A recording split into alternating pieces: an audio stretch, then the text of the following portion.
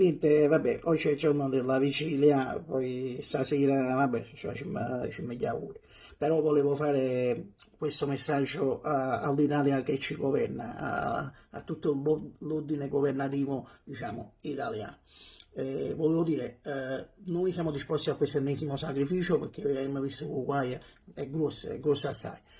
Però voi dovete organizzare proprio bene, cioè questa volta non dovete venire meno nelle cusature. Cioè, non possiamo più sentire parlare, ma noi non lo sapevamo, ma quello è nuovo, comunque il virus non ce ne fotte più, veramente, non ce ne fotte più, cioè già le premesse non sono ottime, state litigando l'uno con l'altro, state facendo i moccusi, non so come è traducibile moccusi nel mondo governativo italiano, però i moccusi non li dovete fare più, cioè manca poco che mettevano pure in mamma mia, cioè mamma ti fa che se che dell'ultima, mamma ti fa di capo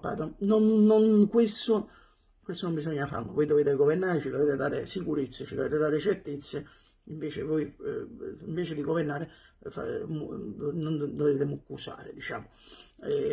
Vabbè, organizzate voi, penso che a voi non vi manca modo.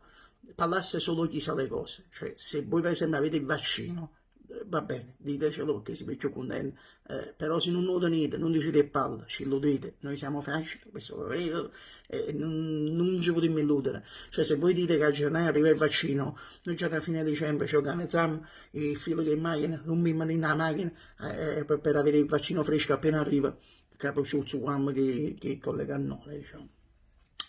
Allora, parlasse chi ha cognizione di causa, questo noi stiamo chiusi dentro, non è che parlano tutti i virologi, allora solo quelli i più bravi che la tenim.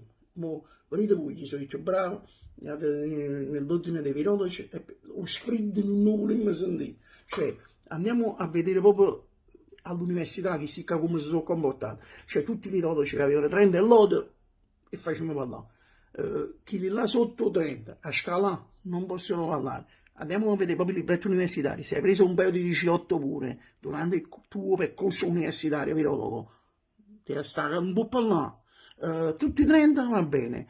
Chiamami il professore dei virologi, e parlammi, dice, Burioni come andava, professore?